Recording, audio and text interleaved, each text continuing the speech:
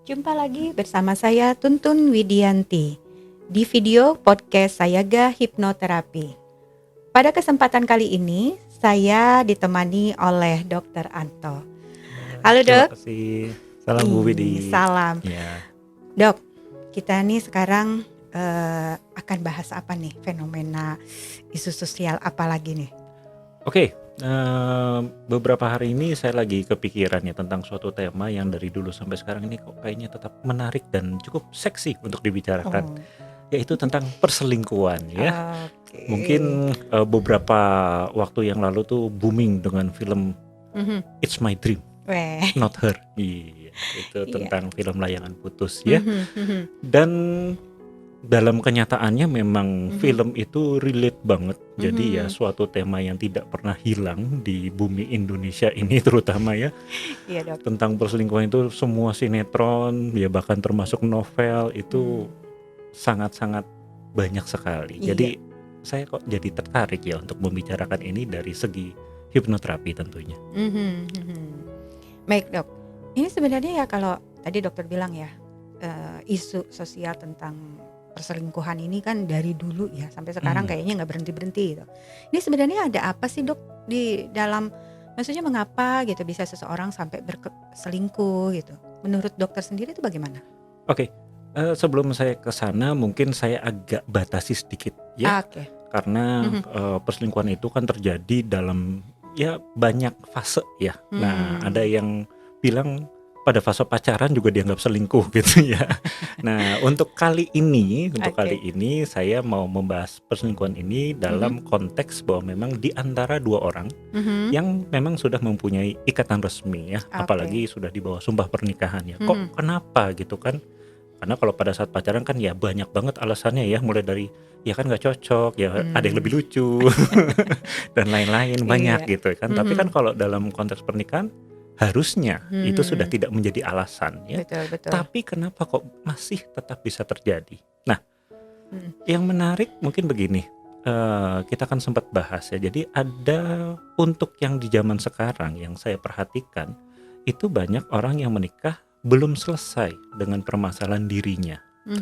Dimana tentunya ketika dia akhirnya menikah atau mempunyai hubungan dengan seseorang, nah orang ini kan otomatis jadi terbawa-bawa nih dengan masalah dia nih. Nah ini yang menyebabkan ya tentu saja namanya katakan kita tadinya nggak punya masalah, akhirnya kebawa-bawa masalah orang, ini kan jadi nggak nyaman kitanya ya. Nah ketika kita tidak nyaman, maka secara alami atau memang sifat diri manusia adalah yang mencari kenyamanan. Inilah yang punya potensi akhirnya kita melakukan perselingkuhan karena sebetulnya ada kebutuhan mental emosional yang tidak dapat dipenuhi atau menjadi tidak terpenuhi oleh pasangannya. Gitu. Baik Dok, kalau bicara tentang kebutuhan mental emosional gitu, nah itu sebenarnya kebutuhan seperti apa saja Dok? Gitu. Oke, ya. Jadi begini, dalam pengalaman saya ya di hipnoterapi sendiri memang ada beberapa klien yang datang dengan isu ya perselingkuhan ini. Ternyata dari segi pengalaman pernah didapatkan bahwa ada juga permasalahan yang menyangkut masa lalunya, bahwa dia pernah istilahnya mendapatkan ya katakanlah trauma ya, dia senang dengan seseorang kemudian ternyata tidak diterima dengan baik, bahkan seolah-olah kayak direndahkan gitu ya. Itu akhirnya dia merasa bahwa dia harus membuktikan bahwa dia bisa mendapatkan ya lawan jenis yang dia mau gitu kan. Nah ini ternyata terus berlanjut karena memang tidak pernah terselesaikan dengan baik luka batinnya tersebut, sehingga ya akhirnya dia merasa harus seperti itu terus, dia harus mendapatkan banyak perhatian. Nah ketika cuman satu, nah kan jadi dia merasa ya nggak mau gitu, kurang gitu kan. Nah ini akhirnya mendorong dia untuk melakukan selingkuh. Jadi itu ada kemungkinan juga di masa lalunya. Namun banyak juga yang akhirnya berlanjut sampai sekarang, misalnya salah satu pihak tidak dapat mengendalikan emosi dengan baik ya. Kemudian juga mungkin adanya ketidakterbukaan terhadap pasangannya karena ya itu tadi, dia mungkin merasa ada ketakutan, ini nanti kalau misalnya saya harus cerita ini itu nanti akan jadi bagaimana gitu kan, atau mungkin juga akhirnya membuat dia memiliki emosi yang tinggi. Nah ini kan akhirnya bagi salah satu pasangannya atau bahkan mungkin dia sendiri itu menjadi masalah. Bagi pasangannya kebutuhan emosional dia tidak terpenuhi, dan dia juga mau memberikan kebutuhan itu nggak bisa juga gitu kan. Dan ini ya baik secara fisik ataupun ya tadi mental emosional. Nah ini kan yang bisa terjadi dari sudut pandang klien yang pernah kita tangani seperti itu. Baik dok.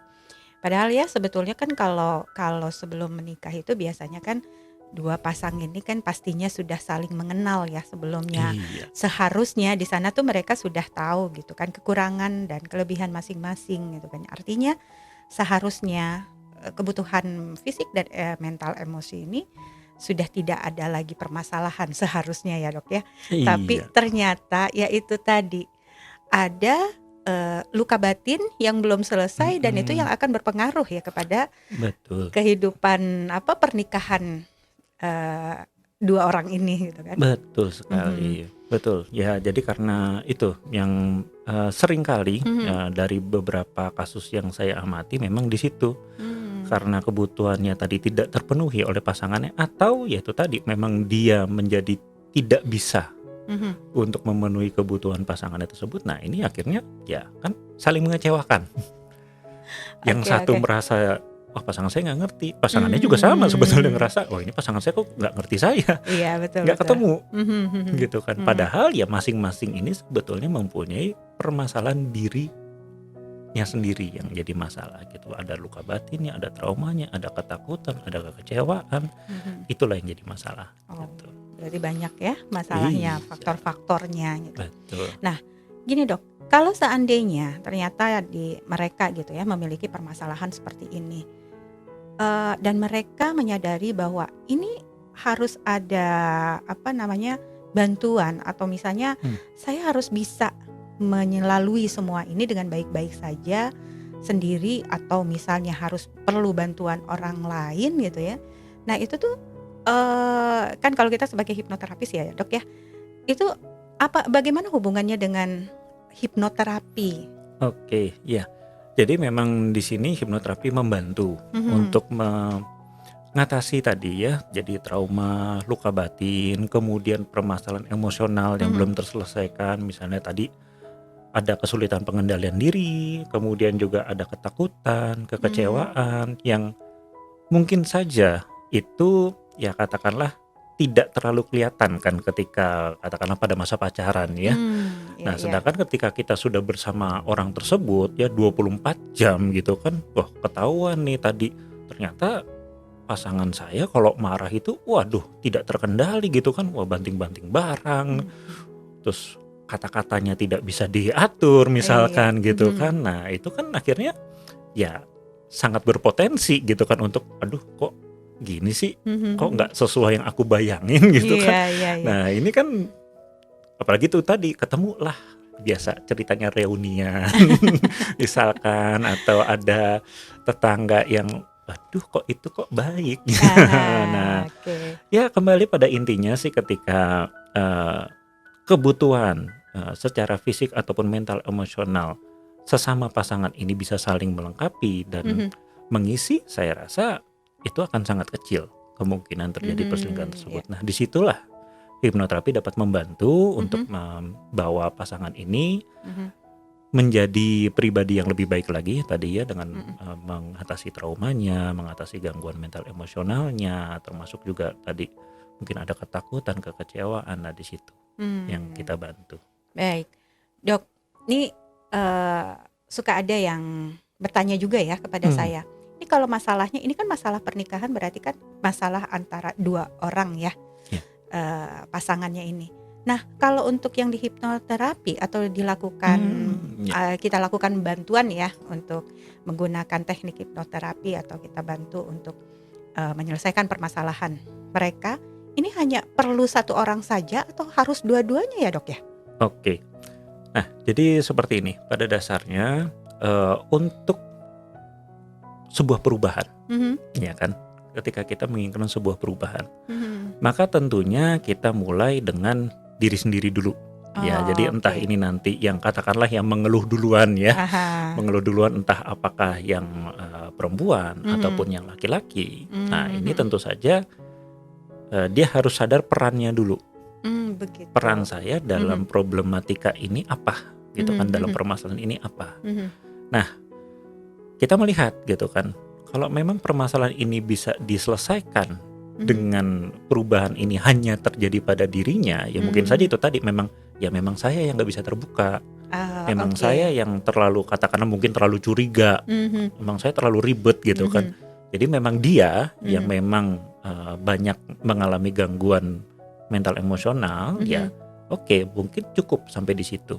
Oh, oke. Tapi kalau ternyata dia sendiri juga mendapatkan perlakuan sebaliknya dari pasangannya, ya Mhm. tentu saja ini pasangannya pun juga harus menjalani terapi juga sebaiknya supaya Oke. kita bisa mendapatkan hasil yang lebih baik. Karena kan percuma juga misalnya ya katakanlah ya nggak mungkin gitu kan ketika datang, iya ini eh, katakanlah pasangan saya selingkuh terus, bisa nggak saya dibuat jadi sabar, pokoknya dia selingkuh mah saya sabar aja ya. Itu kan jadi agak lucu gitu kan, Iya, dan betul. malah jadi agak ironi gitu kan, karena kan Mhm. ya mungkin agak bertentangan lah dengan nilai nilai moral kita Mhm sebetulnya ya. mhm. Tapi ya kembali lagi untuk sebuah kebaikan ya kami sih menyarankan lebih baik memang secara pasangan minimal datang terlebih dahulu, Mhm. kita assess atau kita nilai sebetulnya permasalahannya di mana, nah baru kita Mmm. lakukan perencanaan program terapi. Tapi kalau memang situasinya tidak memungkinkan, Mhm. ingin dicoba untuk salah satunya terlebih dahulu yang berubah, ya kita sih tetap bisa untuk membuat program tersebut, namun kita juga sampaikan bahwa hasilnya bisa saja tidak maksimal atau tidak bagus. Oke, Begitu. Dok. Artinya memang seharusnya dua-duanya ya, Dok, ya? Sebisa mungkin begitu. Tapi kalau memang tidak memungkinkan, hanya salah satu saja dulu gitu, itu juga tidak mengapa. Begitu ya, Dok, ya? Iya, Baik, langsung. Dok, nih terakhir, Dok, ada nggak sesuatu yang ingin dokter sampaikan nih? Oke, jadi menutup tadi ya, ini topik yang kembali lagi seperti saya bilang sangat menarik ya, Mhm. dan mungkin secara pengamatan tidak pernah lekang oleh waktu ya. Iya, Dan betul. mungkin untuk 10 tahun atau 20 tahun ke depan, ya saya cuman ingin menyampaikan bahwa dari yang saya amati bahwa kadang orang lupa. Mhm. Biasanya dia hanya memenuhi kebutuhan fisik.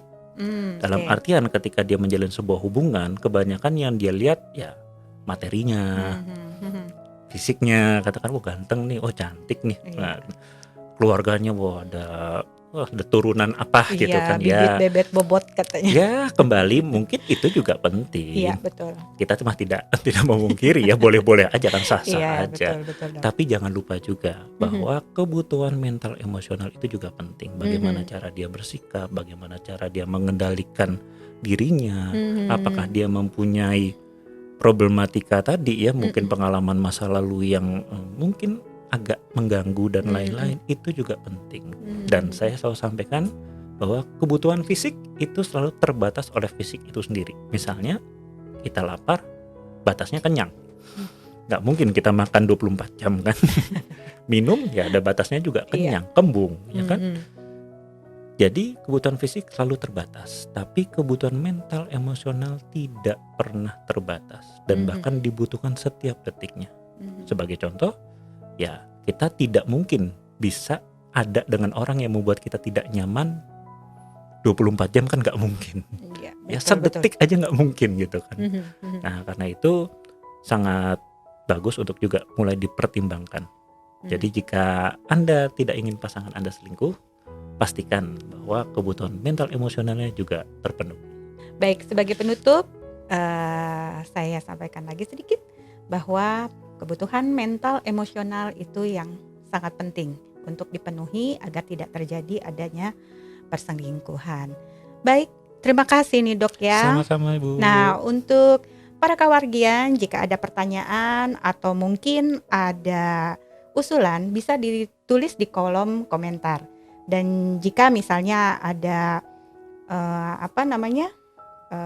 pemesanan layanan atau ingin melihat informasi lebih lanjut bisa di www.hipnoterapibandung.com. Sekian, terima kasih. Salam.